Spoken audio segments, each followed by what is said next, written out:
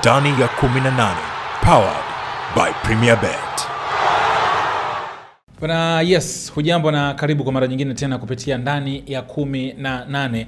Tuweze kuzungumza mambo mengi zaidi ya kimichezo, hususan yale ambayo yanakuwa na trend, lakini pia kuna nyakati tunakuletea watu tofauti ambao wana story nyingi kuhusiana na mpira wa miguu, hiyo hapa nyumbani Tanzania au nje ya mipaka ya Tanzania. Unatazama kupitia YouTube channel yetu ndani ya 18, lakini kwa upande wa mitandao ya kijamii unatupata kupitia ndani ya 18 TZ, hususan kwa upande wa Instagram, huko nako unatupata hivyo. Mimi ni Ibrahim Kasuga, na hii leo kijueni kwetu kupitia ndani ya 18 tupo na mzee wetu Juma Magoma, mzee wetu maarufu kabisa, mwenye Yanga yake kwenye makaratasi. Mtaa unazungumza mengi sana kuhusiana na yeye kwamba anasababisha migogoro. Kuna ambao wanasema mzee ana hoja, kuna ambao wanasema mzee anataka kutuchanganya. Kwa hiyo leo hii tutapiga naye story, lakini moja ya jambo kubwa zaidi ni kuhusiana na utamaduni wa Simba na Yanga na namna ambavyo wanajaribu kumeza mamlaka za soka na namna ambavyo vitu vinakwenda. Mzee Magoma, karibu sana. Shakaribia, sijui zako bwana. Bwana mimi nipo vizuri. Niseme tu karibu sana tuweze kuzungumza. Naamini wana Yanga watafurahi leo uwepo wako hapa, maana mara nyingi huwa wanaona kama haupo upande wao hivi. Basi mimi naona kama leo wameomba mimi niwe upande wao. kabisa. Naam. Yes, tupo na mzee Magoma, na moja ya jambo ambalo linazungumzwa sana hivi sasa na ni kama inaonekana limewaleta pamoja wana Yanga ni kuahirishwa kwa mchezo wa Kariakoo Derby. Sasa mchezo wa Kariakoo Derby kuahirishwa kwake, inaonekana wana Yanga wote mmesimamia msimamo wa kutocheza. Ndio. Lakini tumewasikia majirani zenu Simba wakisema hawa mnaowaona ndo Yanga. Yanga jeuri, Yanga watu wa vurugu. Hiki mnachokipambania saa hizi, kuna watu wanaamini mnafanya vurugu. Hii ndo asili yenu, hamjai kuwa na utulivu. Unajua kwenye mpira bwana, vurugu lazima ziwepo. Hasa mchezo wa mpira. Na dhani si vurugu pekee, zina vurugu za kila aina. Vurugu nini kutaka labda kiongozi anakuja kugombea Yanga, anafika pale anakuambia yuko na madaraka, kinaweza akatukana wanachama kama nyewe wauni. Sio bwana? Hata kama juzi kati hapa kama miaka miwili iliyopita wengine wanasema nyinyi wala miogo. Sio naikumbuka.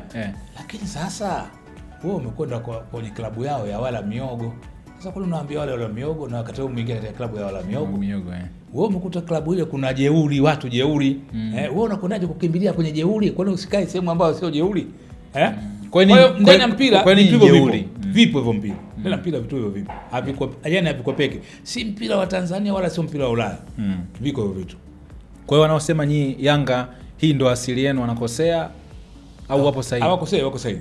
Maana nasikia huko nyuma kuna viongozi mpaka mlikuwa mnawatishia. Kiongozi akingangania anawaambia kwako tunapajua wewe. Sio tuachie klabu yetu. Sio kwako tunapajua peke yake. Sisi tushamtoa Mangala, Tabu Mangala. Tumemvesha baibui na akatokea mlango wa wani. Kwamba tusikutia hivi. Kwamba usikutie bwana, wewe ondoka. Kwa sababu watu wamekaa huko wamejazana, unaweza kukuchinja hapa ikawa matokeo mabaya. Na wewe mzee wetu tunakuheshimu. Nitatokaje jamani, na mimi niko hivi, hata huko nyuma unaweza wakaniona kama kachukuliwa baibui la bi mkubwa akaveshwa yeye akatokea mlango wani. Ndivyo walivyoondoka kwenda kuianzisha Pan Afrika. Mpira ndivyo ulivyo, na sisi Yanga ndivyo tulivyo, tuko hivyo. Kwa hiyo Yanga ikipoa sana haileti burudani, lazima kidogo mchachuo upatikane. Unajua mchachuo ukipatikana ndio mchuzi unalika vizuri kabisa. Na kwenye hiki ambacho labda kinaendelea hivi sasa, tumeona komenti zako ukisema TFF uwezo wao ni mdogo, na inaonekana upo kwenye kundi la mechi isichezwe.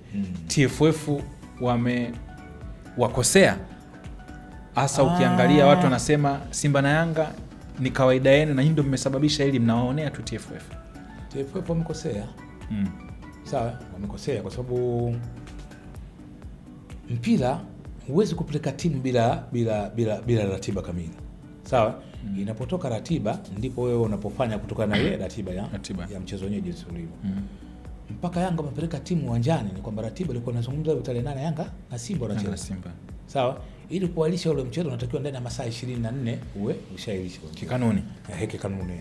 Lakini sasa wewe huwezi kuailisha mchezo ikiwa kuna masaa 4 tu unailisha mchezo tumeailisha. Sasa ni nani muuni, Yanga au TFF? Wasimamizi. Wasimamizi wa nani? Au kufuata kanuni. Wa nani hao? Wasimamizi wa mpira. ndo nani au sasa tuataje? TFF. Basi usiwakope kwepe. Kwa hiyo huu ndio maana nikakwambia mpira bwana, la asili yake sana unakuwa katika upo. Ushela bwana, mtu anapindisha hivi, mtu anapindisha hivi, upo. Sawa bwana? Sasa natafutwa mtu wa kunyosha ni nani, lakini kuna taratibu zetu ambazo sisi tumejiwekea. Ni kwamba itakapofikia mpaka hapa, msahafu unasemaje? Unafunguliwa msahafu, unaangalia bwana kipengele hiki tunatakiwa tufanye hivi, tufanye hivi. Sawa? TFF wanatakiwa asimamie sheria 17 za ndani ya ground. Sawa? Asitoke nje hapo. Akitoka nje hapo tu basi chama kinayumba. Shughuli na kwanza ndio pale inapotoka serikali nao watie mkono wao. Suluhu ipatikane. Sasa ukisema suluhu ipatikane nini? Busara itumike. Busara itumike ndio amfuate tena ule msahafu. Sawa? Na ndicho kitu ambacho ninachokuambia pale, hata kuku nao wana msahafu wao wa kuongozana. Sawa? Wana utaratibu wao. Wana utaratibu wa kuongozana inapofikia alfajiri. Hata kama jogoo watakuwa 12 mwene atawika mmoja tu. Huyo. Wengine wote. Wengine 11 mpaka banda lifunguliwa wakaenda mitaani wakati tena mbali ndio watawika. Lakini na banda lao moja. Kwa sisi lazima tujiwekee miongozo hiyo kwamba tunapofikia wakati tunataka lazima tuende hivi. Ndio maana kwa na katiba ya nchi, katiba ya vyama vidogo nini ili kupata mwongozo mzuri, kwa sababu wote hatuwezi kuwa marais. Unaelewa? Kwenye mazingira serikali inaonekana wameingia kwenye hili jambo kama bodi ya ligi ambao walisema jambo likiwashinda wataipa serikali, na serikali tayari imeanza kulishughulikia hili jambo. Wewe kama mwanachama wa Yanga, shabiki wa Yanga ambaye pia msimamo wako ni hatuchezi, kipi ambacho kinaweza kufanyika kikakushawishi wewe na ukakunjua moyo muicheze hii mechi? Yaani nini kifanyike mpaka uwe tayari kwamba hawa mabwana tucheze nao watani? Sawa. Bwana turudi huko katika uharibifu wa hii mechi mpaka serikali inaingia. Wajaribu sana kwanza serikali kukaa kuketi chini waliangalie upya swala la michezo likoje. Sawa bwana?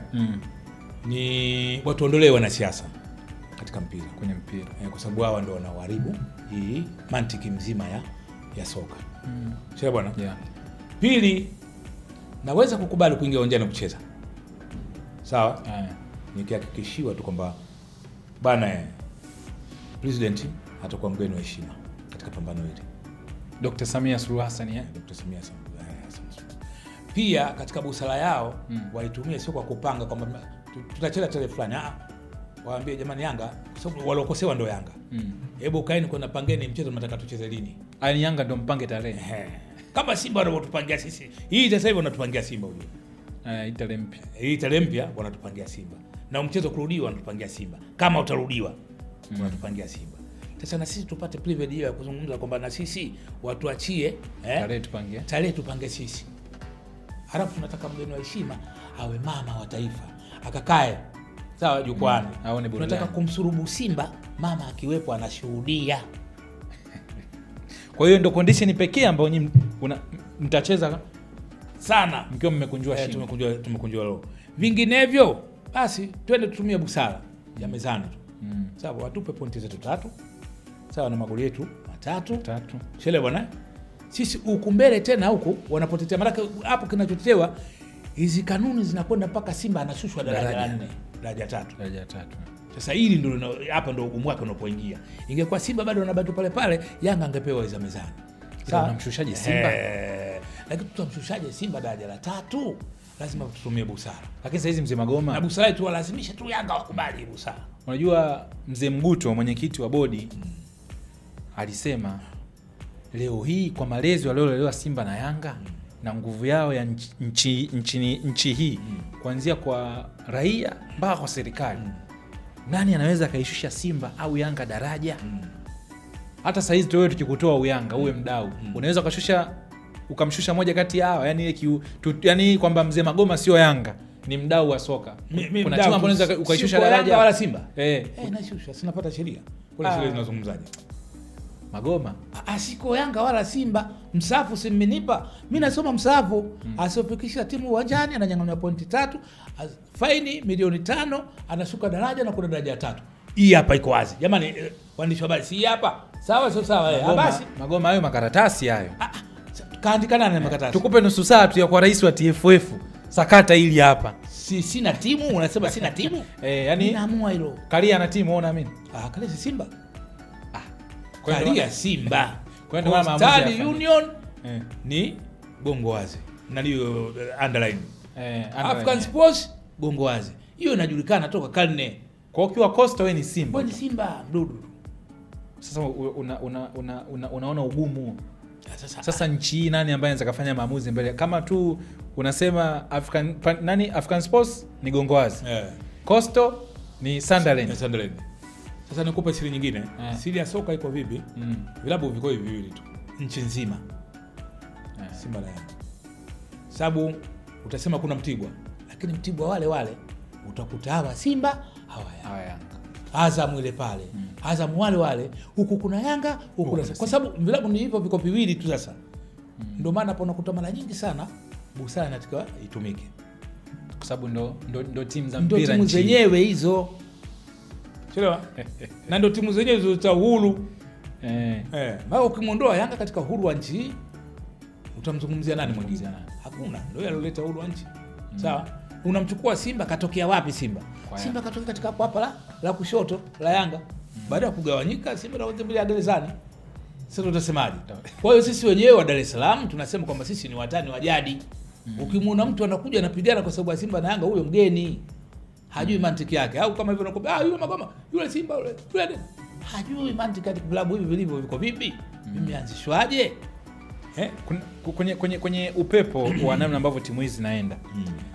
Kuna eneo umesema hautaki au iangalie wanasiasa wasiwepo. Nyie sifa yenu ya kwanza mnaojipa nyie timu ya serikali. Jibu sawa. Na ukiangalia pale mna Mzee Mkuchika. Mzee Mkuchika yupo ofisi ya rais. Najua. Mna Mwigulu Nchemba, waziri wa fedha. Mna Bastalimba, mbunge wa CCM. Mna nani? Kuna Mavunde. Kuna Gulamali. Huwa mnajisifia JK wa kwenu. Siasa unaiweka wapi Magoma? Anasemaje? Ni kwamba unatakiwa uwe na watu kama hao. Lakini wasiwe ndani ya uongozi. Sasa wote tu wawe pembeni. Chela ndo raha ya mpira ulivyo. Tunaona hata zamani raha ya mpira ilikuwa inakuja kwa sababu katika bodi ya wadhamini huwezi kukuta watu wengi wametoka serikalini. Sawa, ile wanakuwa walinzi wa mali za Yanga nje ya Yanga Afrika. Sawa bwana. Ni kwamba nyinyi mnapokosea tu pap mnakimbilia kule. Jambo limechukuliwa na nani na nani wa benki gani? Kuna zile kesi za madeni. Madeni. Klabu Yanga ile jengo litakunadishwa. Jengo la Mafia? La nani ile kubwa takunadishwa lile. Na watu wa mnada wamekuja kabla tunataka kupiga mnada. Tulikimbilia watu. Tukaenda kwa Mwinyi moja kwa moja. Bwana, naona nguvu yenu sasa. Bwana hii hata tuitambui. Hii inakuaje namna hii? Kwa nini iwe hivi? Kama ni hela sisi tutalipa bwana. Ni kweli hela tunadaiwa kweli. Lakini tumechelewa kulipa, kwa hiyo malimbikizo ile pesa ikaenda mpaka milioni 12 kitu kama hela ndogo tu. Sio bwana. Wala kataa kupiga mnada. Kwenda kwa Mwinyi akakanyosha kidole kaelekeza bahati nasibu. Nyinyi bahati nasibu lipeni hao. Walipeni hao. Sasa kesho serikali ikiwaambia mfanye hivi na ndio mkurugenzi kwa kama walipeni hawa.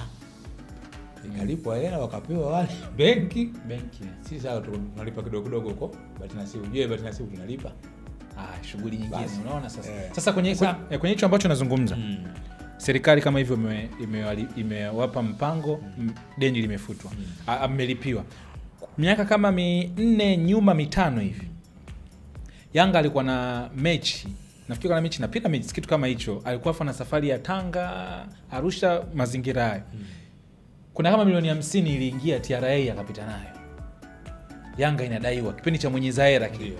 Nakumbuka alikuwa mshindo Msora mwenyekiti pale, ya bwana timu haina hata hela ya kusafiria.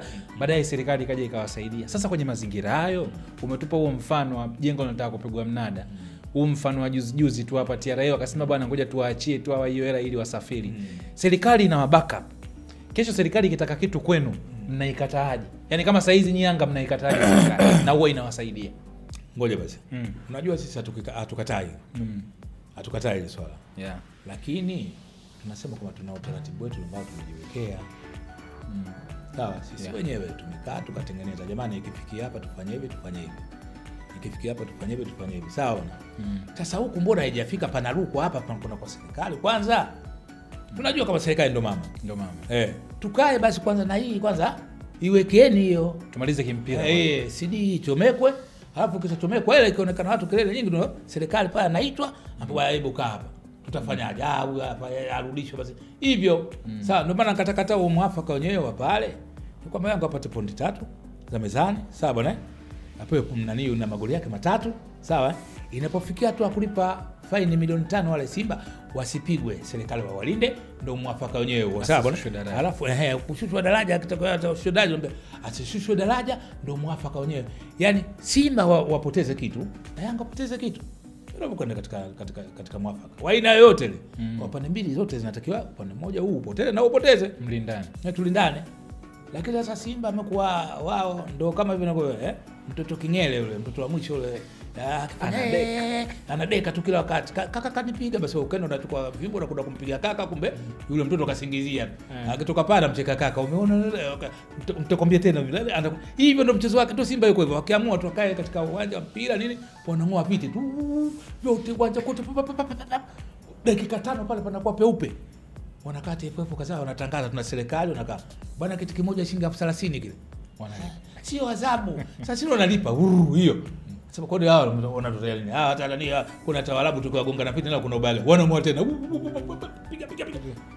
Bwana viti mmetoa pale vingapi? 1,000. Alafu 50. Wanalipa. Hakuna adhabu.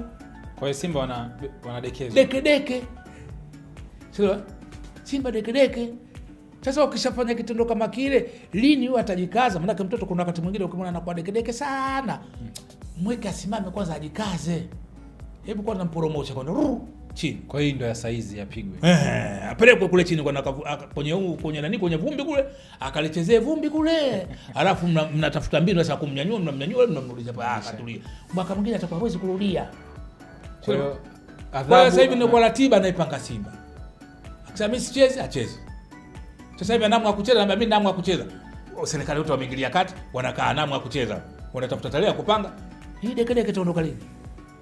Hatari. Ukiongea na kwambia magoma mbaya. Hii inatakiwa Yanga apate. Mzee Mguto pia alisema Yanga wanataka Simba ashuke na huyo ndo mshindani wake, na kuna watu wanaoamini mpira huu kama Simba na Yanga wapo kwenye daraja moja, hata biashara ya mpira hamna, burudani hamna, Simba na Yanga kuwa sehemu mbili tofauti. Basi kama ni hivyo Yanga wote washushe, Simba na Yanga wote washushe kwenda daraja 3.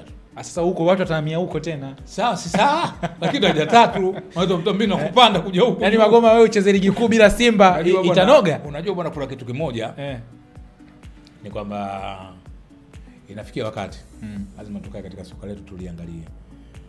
Kama soka linapanda chati mpaka ligi kwa nafasi ya 4 juu. Kwa nafasi ya 4 juu. Si kazi ndogo. Sawa bwana, na si kazi ya kujisifia mtu kama vile kwa anazungumza na rais alipotoka huko tukafika hapa kwamba mimi ndio nilopandisha soka. Wewe unaona mcheza mpaka ligi inapanda kwa sababu yangu mimi. Hapana. Ni uwekezaji mzuri katika vilabu ndio unafanya ligi ipande, kwa sababu uwekezaji ukiwa mzuri, vilabu vikipata pesa zao wananunua wachezaji wazuri kutoka nje. Wachezaji wazuri wakija hapa wanawafundisha wachezaji wetu sisi kwamba mpira unachezwa hivi, na wao wanajikaza katika mashindano ya kimataifa, watakuletea taifa linasonga mbele.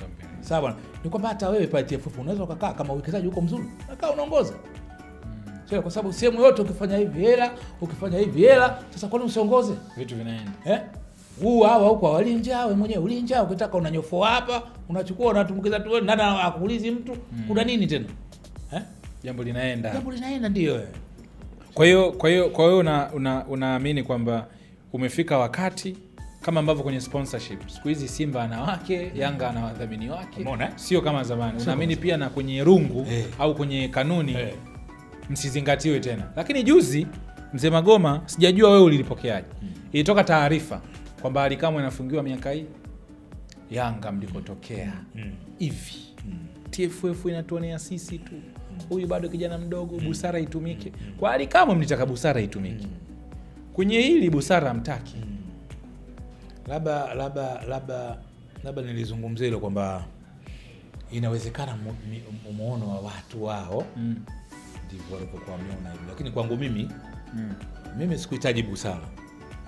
Kama kijana angefungiwa, sihitaji kufunga na wala sihitaji busara. Maonevu nitayaona kwangu mimi. Kwa sababu gani? katika soka haiwezekani kila siku wasemaji wa Yanga wanafungiwa. Huyu wanne ujue. Kama angefungiwa angekuwa msemaji wanne. Sawa? Simba simuone hata mmoja. Kanuni hapo kama atakwenda atakuwa mmoja. Kanuni zikifunguliwa inaonekana kweli wamevunja kanuni. Kama Mwakalebela, nakumbuka katibu Mwakalebela alikuja aliomba radhi. Kwamba alikiri kwamba alifanya makosa. Kwa sababu sio wanawatega. Wao wanawatega Yanga, Simba hawategi. Sawa? Kwa sababu huyo unajua Alikamwe kuna kipindi cha nyuma alikuwa amezungumza maneno makali tu. Yeye na nani na msemaji wa Simba. Maneno makali. Msemaji wa Simba si nani anasema wachezaji wa Yanga sio wachezaji wa Simba wamechukua rushwa. Hivyo wamefikia hatua mbali zaidi. Sio bwana. Lakini ikaja yote ikawapea. Hakuna lokumiwa Simba wala wa Yanga. Sawa? Iweje leo hili? Liwe hivyo. Kwa sababu wa kwanza kafungiwa, wa pili kafungiwa, wa tatu nafungiwa. Huyu wa nne tetesi zinakuja. Ukalishambulia. Bila hili. Sio kulishambulia. Ndio hata kama tungelishambulia vipi?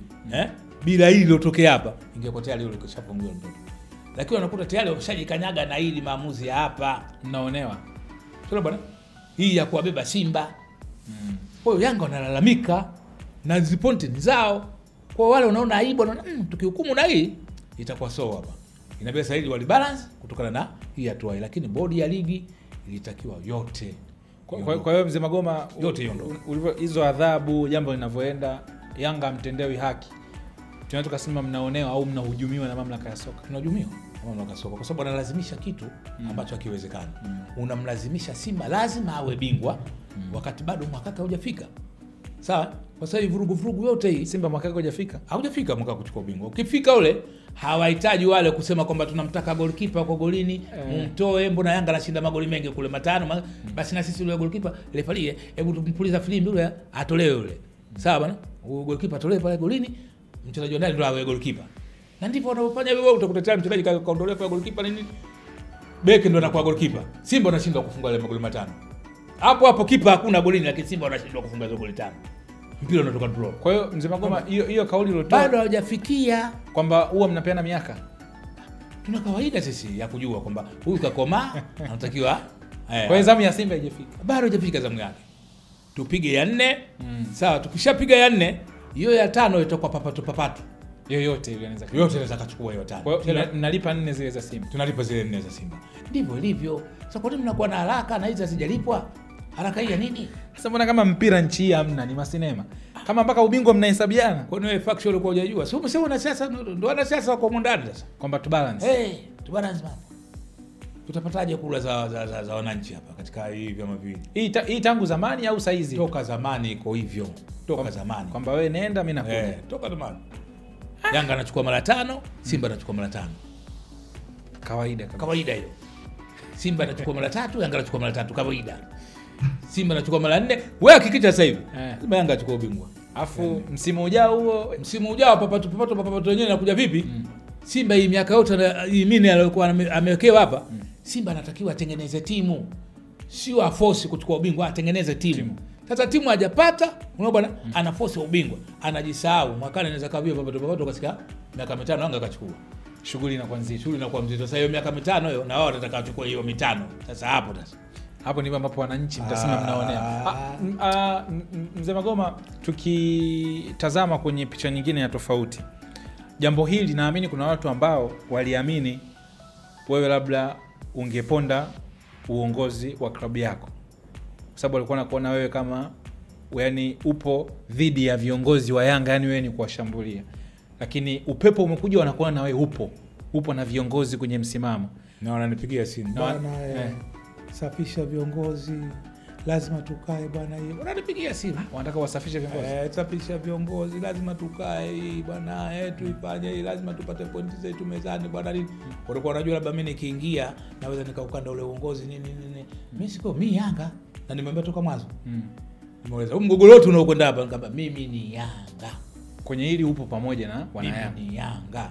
Toka mgogoro unakwenda unaanza, wetu sisi. Na wote nimwambie kwamba Yanga kwanza, mimi baadaye. Mimi ni Yanga. Dada roho yangu ukikata mimi ni Yanga. Na wanaosema wewe sio mwanachama, mtamwona ajabu huyo mtu. Sio alikwenda kuomba mahakamani. Sasa wewe mimi sio mwanachama, unaendaje kuomba mahakamani kwamba afutwe wewe wanachama? Mimi sio mwanachama, unaombaje nifutwe? Na mimi sio mwanachama. Kwa hiyo sasa hizi wewe umeliona hilo? Hilo ni ajabu. Ni ajabu wa Mungu. Uweze kuna mahakamani kuna kuomba bwana Magoma basi afutwe wanachama. Wewe sasa mbia mimi sio mwanachama. Unaombaje kule mahakamani mimi nifutwe wanachama? Mahakama imetolea nje. Sawa bwana. Mimi ni mwanachama. Tena mimi ndio ni mwanachama kuliko hata wao. Mimi nikianza kuwa jaji wao na mimi ni mwanachama, wao ni wapenzi. Hivi Mzee Magoma, wewe kadi yako ni namba ngapi? Yaani ni wewe kadi yangu mpaka unataka kuiona. Au ni zile kadi za mwanzoni? Wewe ya nini unataka kuiona? Unajua Mzee Magoma kwenye mambo ya kuna muda mtu akiona kadi namba. Wanajua bwana huyu mtu kweli wa kitambo. Nakumbuka kuna mzee mwingine mashuhuri wa Yanga, Mzee Mpili ambaye naye pia mtandao umemleta mjini. Aliwahi kuwa anataja namba zile za watu wa Yanga. Sijui Mzee Nyerere namba ngapi. Akamtaja Mzee Karume, akamtaja Kaunda. Hivi Kaunda alikuwa na kadi ya Yanga? Mzee Kaunda au mzee alichangamka kataja watu pale. Kwa akasema bwana Kaunda hakuwa na kadi ya Yanga. Ila alikuwa mdau. Na kwa heshima ya Rais Kaunda, Kambarage ndo alitoa jina ile uwanja wetu wa Jangwani Kaunda Stadium. Kwa sababu wakati ule siasa ilikuwa wale watu wote Kambarage alikuwa anawabeba. Huu bonde la Kusini hakuna mtu ambaye amepata uhuru bila Nyerere. Mshele kuhamasisha yeye. Kwa hiyo ilikuwa ni swaiba wake. Uswaiba wa Kaunda na uswaiba wa Kambarage na Yanga, kwa sababu anajua kwamba Yanga ndio alompa madaraka yale, ndio akauita ule uwanja Kaunda Stadium. Mzee Mpili, sawa, labda tukije kwa Mzee Mpili. Mzee Mpili ni mwanachama ambaye ameingia na Msola. Kadi yake ni ya juzi tu na miaka 4-5. Ameingia na kina Mshindo. Kina Mshindo Msola ndio alomleta. Mimi simjui Mzee Mpili. Katika wazee wote wa Yanga. Lakini anasema mzee wa Magomeni na yeye. Hakuna Magomeni wanaokaa Magomeni wako wengi. Sasa tunasema wote ndio na Yanga. Wote wanaokaa Magomeni Yanga. Yeye wa mjini Magomeni miaka hiyo kuja klabuni hapo. Yaani kuwa Yanga mpaka uwe na kadi ile. Sawa? Sasa ukiangalia kiumri mimi na Mzee Mpili mkubwa. Kanizidi. Na umekuwa katibu wa baraza la wazee, si ndio? Mimi katibu mwenezi. Katibu mwenezi wa kipindi kile cha mgogoro wa Yanga asili, mimi ni katibu mwenezi. Mzee Mpili kwenye ramani hayupo kabisa, mimi sijawahi kumuona. Migogoro yote inatokea Mzee Mpili hayupo. Unajua Mzee Mpili alikuwa anafanya kazi kwa Balesa pale dukani. Sawa? Kaenda akamfanya exchange ya Njuruku. Mzee akamfukuza, akakimbilia kwa Rufiji, karudi na Msola, kapata kadi ya Msola. Mzee Mpili ikaja akatoa nini ile, akatoa ilani yake moja ambayo amechukua ile JCM. Yes. Ile ndio ilikuwa imembeba Mzee Mpili, lakini Mzee Mpili mimi simjui ile Yanga, umri wake ule. Anakwenda sasa 80. Nyewe wenye Yanga yenu miaka 80 unakuja kuchukua kadi una miaka 79. Kweli? Alafu unasema wewe Yanga? Na yeye anasema anaumwa kweli na Yanga. Kweli aumwe nini bwana wewe? Ndio hivyo tuko mjini. Hatuna maneno ya kuzungumza sana. Vitu vinaenda. Namna ambavyo msimu unakwenda kwenye hili sakata. Ubingwa unauona, maana Simba yupo nyuma pale, tofauti alama moja tu. Kwa mpaka sasa tofauti moja tu. Alama moja mpaka sasa. Tofauti alama moja, na hii dabi ndio inaweza kama 58 kwa 57. Ngoja basi. Maana kama nilikuwa naongoza ligi. Kwa pointi ngapi nilikuwa naongoza? 58. Yeye alikuwa na pointi ngapi kipindi kile? Saizi ana 57. Sikacheze kiporo chake na Dodoma. Na 57. Kwa hapo moja. Wewe nikwambie kitu kimoja. Yanga na Simba mtu anaweza kawa bingwa hata kwa magoli. Unaelewa hiyo? Mimi sina Simba. Yaani ndio maana nikamwambia hii mechi mimi nataka pointi 3 zipatikane. Imeshindikana pointi 3. Basi mama yetu wa taifa akae juu ya jukwaa pale. Sio tutakubali kupiga. Sawa? Tutaipiga kavu hii ngojani. Mama wa taifa ndo mgeni mheshimiwa, ipigwe Simba na Yanga, lakini tarehe watupe sisi tupange. Tarehe pangeana. Kwa sababu sisi ndo tumekosewa. Tarehe tupange sisi. Kwa jambo liwe upande wenu. Bana, huyu ni Mzee Magoma. Moja kati ya jambo kubwa la kuondoka nalo hapa ni kwamba busara ikitumika basi mechi irudiwe, lakini tarehe atapanga Yanga. Sijajua kama wamepanga kwenda kuchungulia tarehe ambayo itaweza kuwalipa, lakini mimi ni kujuze tu ya kwamba kuna welcome bonus kutoka Premier Bet. Tunasema kwamba kuna ule mzigo utaupata pale ambapo utakuwa unajiunga na Premier Bet hivi sasa, na tunasema jisajili na Premier Bet na upokee bonus yako papo hapo baada ya kuweka pesa tu kwenye akaunti yako, na tunasema pata mpaka 150% ya pesa utakayoiweka na upate bonus na mizunguko 50 50 ya bure katika mchezo wa Lucky Strike. Sawa bwana, mara 3 sawa 3 yes imekaa hivyo, lakini nikwambie tu weka pesa kwa awamu 2 kiasi cha shilingi 3,000 na upate bashiri ya bure yenye thamani hiyo hiyo. Kwa hiyo ukiweka 3,000 au mikeka yako 3,000 mara 2, basi utapata bonasi ya kiwango hicho ya wewe kuendelea kubashiri zaidi. Lakini kama unahitaji lolote, una changamoto yoyote, unaweza kuwasiliana na PremierBet kwa kupiga namba ya simu 0800750032 0800750032. Ili namba ya simu ambayo unaweza ukapiga kuweza kusaidiwa changamoto yoyote ile ambayo unakuwa umeipata pale ambapo unakuwa unabashiri kupitia PremierBet. Bwana, tumezungumza stories za hapa na pale kwa dakika zetu takribani 30 tukiwa na mzee wetu Juma Magoma. Nchi bado iko bize, tunasubiri kuweza kuona maamuzi ya mwisho ya Kariakoo Derby yatakuaje na kama mechi hii itachezwa. Bwana mzee Magoma, shukran sana. Naamini next time tunaweza tukakutana tena tukaanza kupiga story nyingi zaidi. Mimi nasema premium betting habari ya nchini vile vile kabisa. Majambo yanaenda yanazidi kutokea kupitia PremierBet. Mshiko wako basi line, mambo yanakuwa line kabisa. Kwa na hivyo ongea mzee Magoma hapa, kama mechi ikirudiwa wewe mwekee Yanga tukupitia PremierBet. Bwana, shukran sana, tukutane next time kwa ajili ya kuweza kupiga story nyingi zaidi kupitia ndani ya 18 live kupitia YouTube channel yetu ya ndani ya 18. Kwa upande wa Instagram unatupata kupitia ndani ya 18 TZ. Mimi ni Ibrahim Kasuga, bye bye. Ndani ya 18 powered by PremierBet.